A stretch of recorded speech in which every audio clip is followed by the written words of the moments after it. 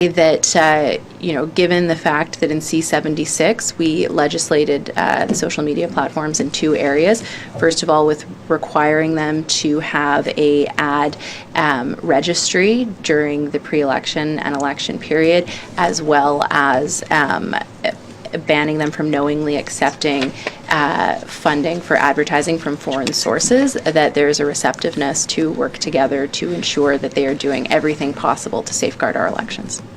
And I think, in a way, you touched on this in terms of domestic, though your officials were pretty clear that it doesn't matter the source, it matters the impact. So while you keep talking about domestic interference or coordinated campaigns really falling under the, the elections commissioner and elections, they seem to hint that there could still be a role for the protocol when it comes to domestic interference.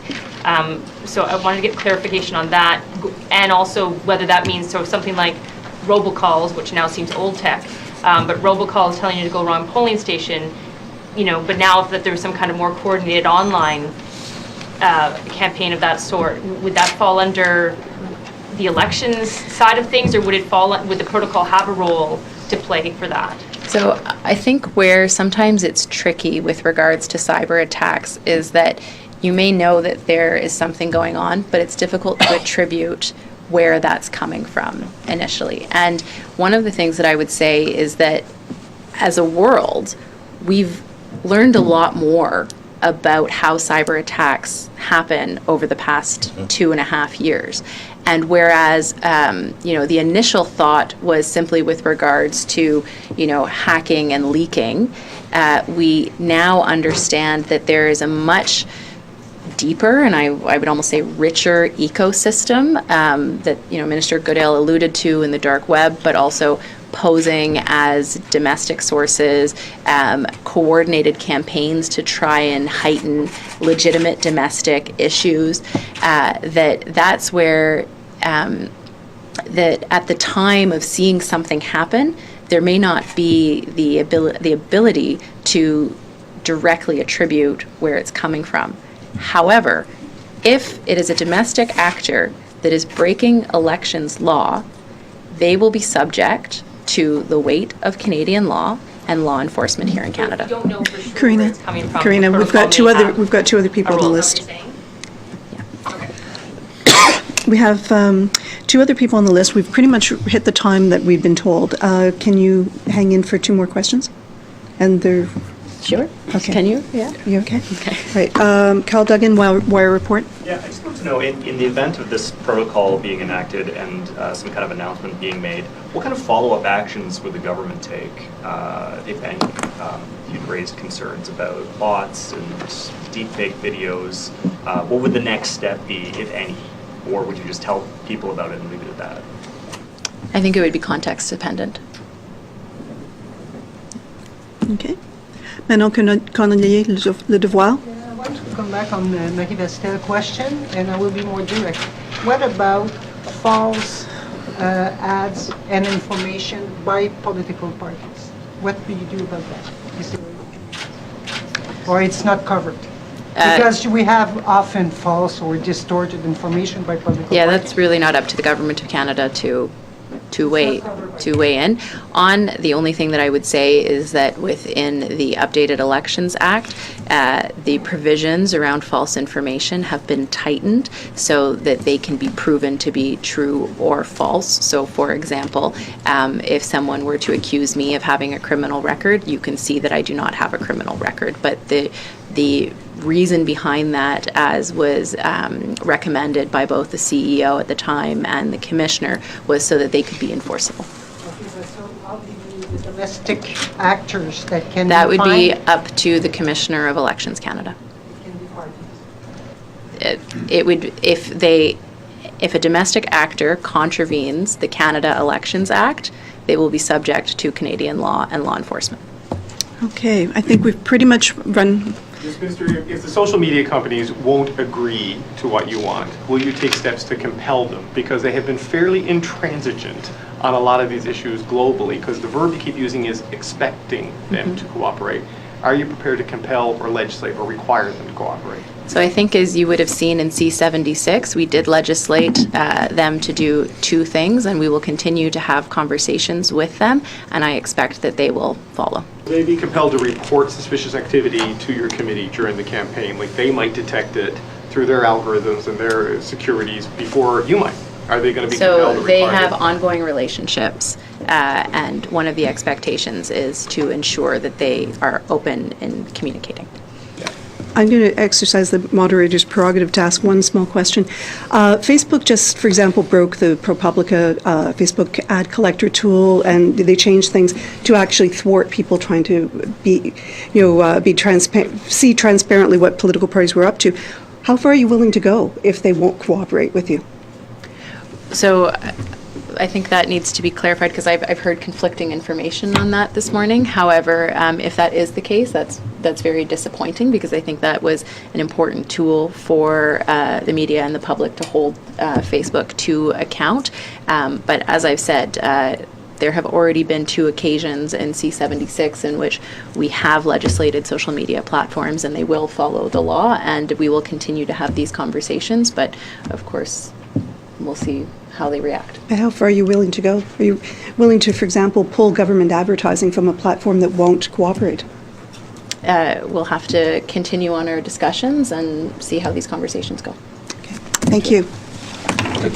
Thank you. Democratic Institutions Minister Karina Gould, and Chief Shelley Bruce, the Minister of CSE. Ministers, I understand you have some opening statements. Please go ahead. Great. Thank you. Good morning. I would like to thank Chief Shelley Bruce and my colleague Minister Sajjan for being here today. I want to begin by saying that nothing is more important to this government than protecting our democracy and ensuring that our next election is fair, free, and secure. Lorsque j'ai été nommée ministre des institutions. When I was appointed minister responsible for democratic institutions, I asked the CSE to proceed to a full assessment of cyber threats, potential cyber threats to Canada's democratic process, and to make that report public. It was essential that that information be made public so that all Canadians can become truly aware of the threats facing them as they exercise their democratic rights. 2017, the report, Cyber Threats to Canada's Democratic Process, granted Canadians unprecedented access to information about an evolving threat environment. We are here today to discuss the 2019 update to that report in preparation for the general election this fall. Things change rapidly in cyberspace. It is crucial that Canadians be aware of emerging trends, potential targets, and methods favored by bad actors. We anticipate that nefarious cyber activity targeting voters, elections infrastructure, and Canada's politicians and political parties may be more sophisticated, more coordinated, and more determined. Since the publication of the 2017 report, democracies around the world have seen concerted efforts to create disruption, sow division, and generate disengagement or polarization during election cycles. Such malicious activity strikes at the heart of trust. It threatens to erode faith in democratic institutions. Le Canada, à titre Canada, as a G7 country and a member of the group of the Five Eyes and a NATO member and a respected voice around the world, is a target of choice for those who would seek to undermine our dynamic democracy. The 2019 report bolsters the already sound response of the federal government to protecting our elections. Our plan, which we announced this year, is designed to assess and respond to potential threats. Here works to identify, assess, and respond to potential threats. We recognize that we cannot prevent all threats, but we can reduce their impact. Which is why I want to remind Canadians that you, the voter, are the most important part of that ongoing effort to keep our democratic processes safe and secure. It is essential to remain aware, engaged, and informed. J'encourage les Canadiens.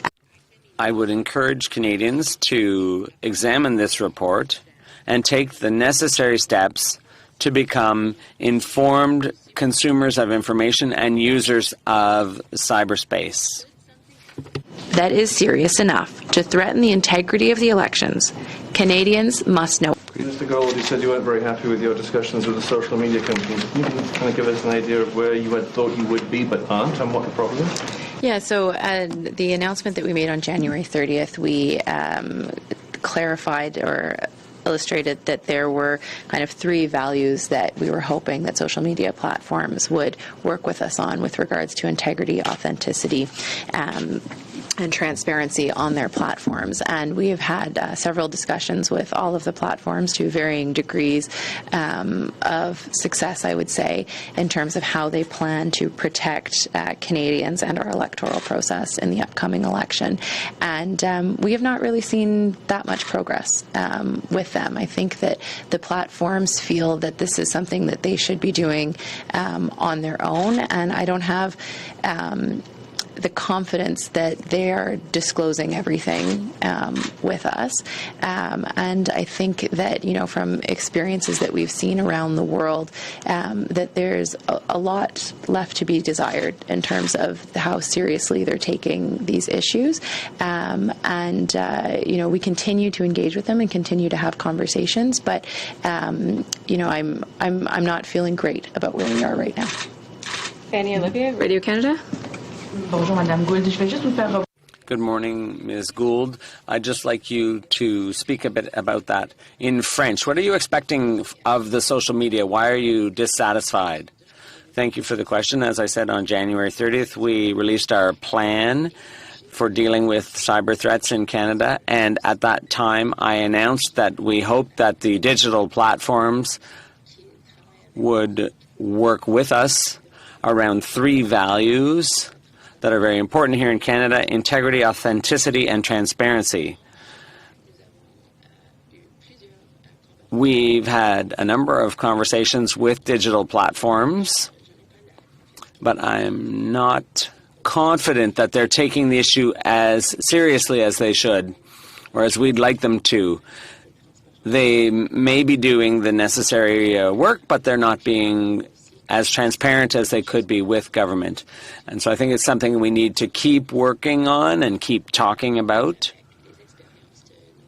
Based on our experiences with our partners and allies around the world, they're dealing with the same issues with the digital platforms. So I really look forward to us making more progress with those platforms. But I'm not very happy with where we're at and what the conversations have been so far. As a follow-up question, you talk about Russia as a foreign threat that might meddle. What other countries are you keeping an eye on besides Russia? As my colleague, the defense minister, said, to us, it's not really necessary to name any particular countries. What the report deals with is a general view of cyber threats. What's important to CSE is for us to understand the full range of threats, the diversity of threats, and we want to talk to Canadians so that they're informed about those threats. It's not just about singling out specific countries or actors, because if we take too narrow a focus, we could miss other potential sources and threats. So the idea is to understand the activities, the nature of the cyber threats. Minister Gould, you know, you're saying social media companies aren't necessarily playing ball and they're not where you want them to be.